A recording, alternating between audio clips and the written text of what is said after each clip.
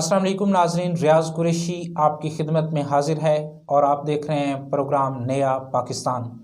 नाजरीन, शहर इक़्तिदार में सियासी सरगर्मियाँ अरूज पर हैं और चेयरमैन सेनेट के इंतखाब के लिए अपोजिशन का जोड़ तोड़ जारी है, जबकि वज़ीर आज़म इमरान खान ने अपोजिशन को टफ टाइम देने का फ़ैसला किया है।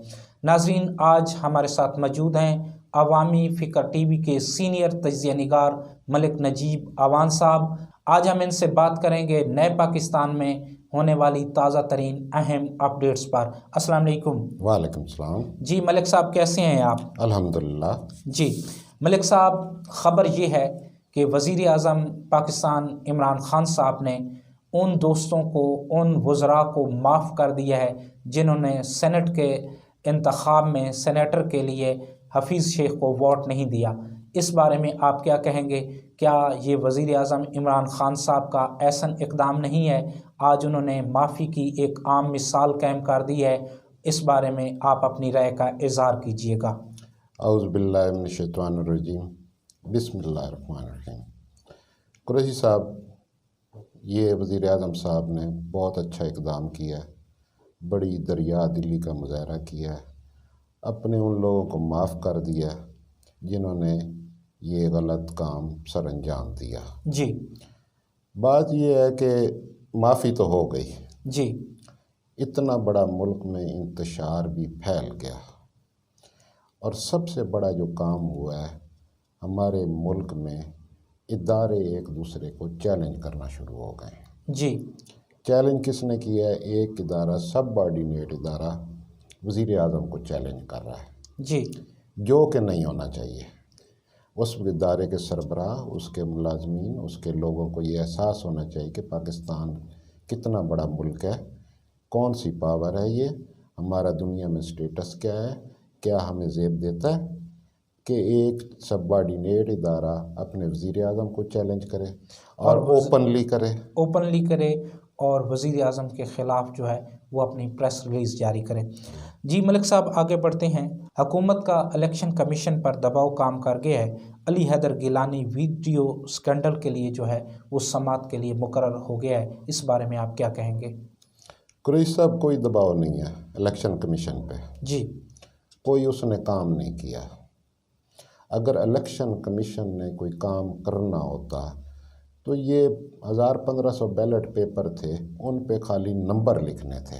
जी, नंबर लिख देते, हर बंदे का सीट नंबर है, सीट नंबर लिख देते, ये मामला ही ना होता, कोई मसाइल खड़े ही ना होते।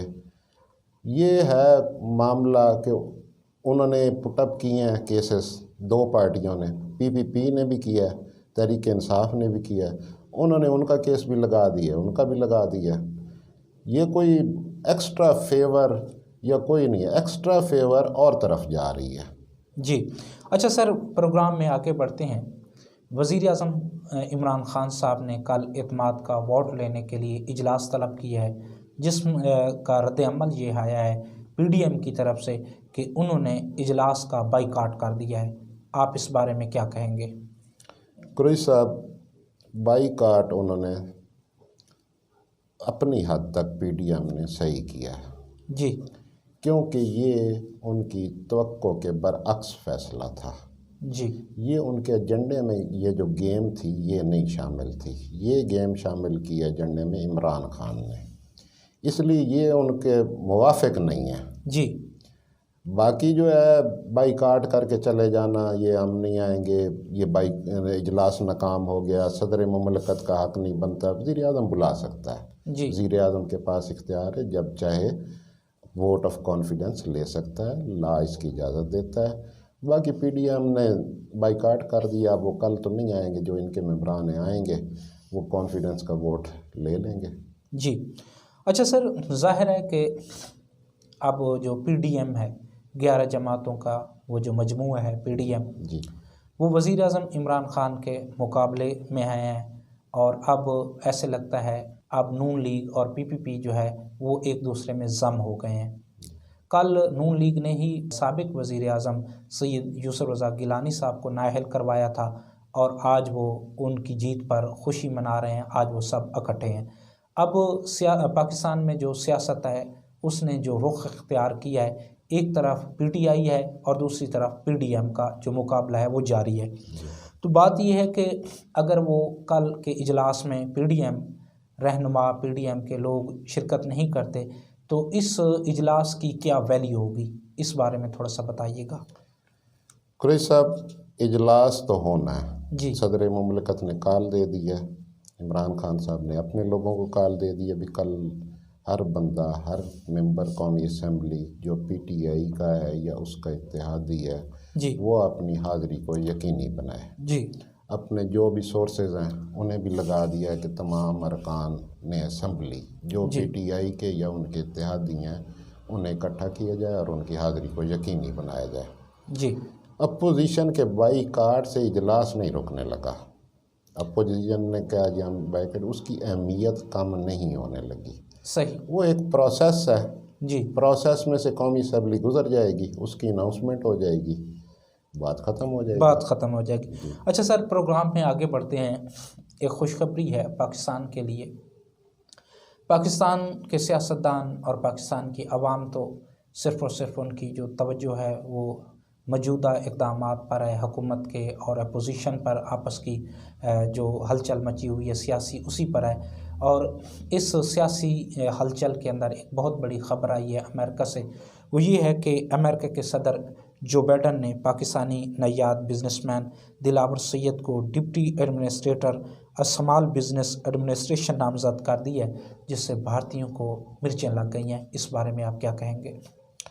कुरैशी साहब, इस खबर के दो पहलू हैं। जी, नंबर 1 पहलू ये है कि सारी कौम को मुबारक हो, एक बंदा, एक पाकिस्तानी बिजनेसमैन एक अमेरिका में अच्छे ओहदे पे फायज हो गया है। जी, सियासी ओहदे पे, जी, सियासी ओहदे पे, जिसकी मिर्चें भारतीय मीडिया को लग गई हैं। दूसरी तरफ ये देखें कि भारत का नेटवर्क कितना मजबूत है। जी, ये कोई इतना अहम ओहदा नहीं है, जी, ये छोटा सा ओहदा है, लेकिन उसकी वॉच लिस्ट में हर पाकिस्तानी है। जी, जो किसी भी मुल्क में ज़रा सी पावरफुल ओहदे पे पहुंचता है वो वावेला करता है, शोर मचाता है। इस बंदे के इस ओहदे पे पहुंचने का पाकिस्तान को क्या फ़ायदा होना है? जी, ओवरऑल कोई ऐसा फ़ायदा नहीं है। लेकिन अमेरिका में जो निज़ाम चलता है वो चलता है लॉबिंग। जी, वो लॉबिंग में किरदार अदा कर सकता है। जी, भारत को ख़तरा ये है कि इससे पाकिस्तान की लॉबिंग मजबूत होगी, जिस पर वो वाह वेला कर रहा है और कर रहा है। भारतीयों को मिर्चें लगी हुई हैं। एक और बड़ी अच्छी खबर पाकिस्तानियों के लिए वो ये है कि सोने की कीमतों में मुसलसल जो है वो गिरावट हो रही है, कमी हो रही है। इसको मलिक साहब क्या देख रहे हैं? पहले भी आपने अपना तज्ज़िया पेश किया था कि जिसमें आपने पेशीन गोई की थी कि आप देखिएगा कि मज़ीद 4 माह बाद सोने की जो कीमत है वो कहाँ खड़ी होगी। तो ज़ाहिर है कि ये बहुत बड़ी ख़बर है कि इस बारे में आप क्या कहेंगे कि इसका जो लोग, जिन लोगों के पास सोना था वो सोना क्यों बेच रहे हैं, और अगर बेच रहे हैं तो उसकी जो इन्वेस्टमेंट है वो किस तरफ जा रही है? जी, कुरैशी साहब, सोना ज़माना कदीम से, सदियों से एक बहुत कीमती मेटल है। जी, इसकी वैल्यू कभी भी नहीं गिरी।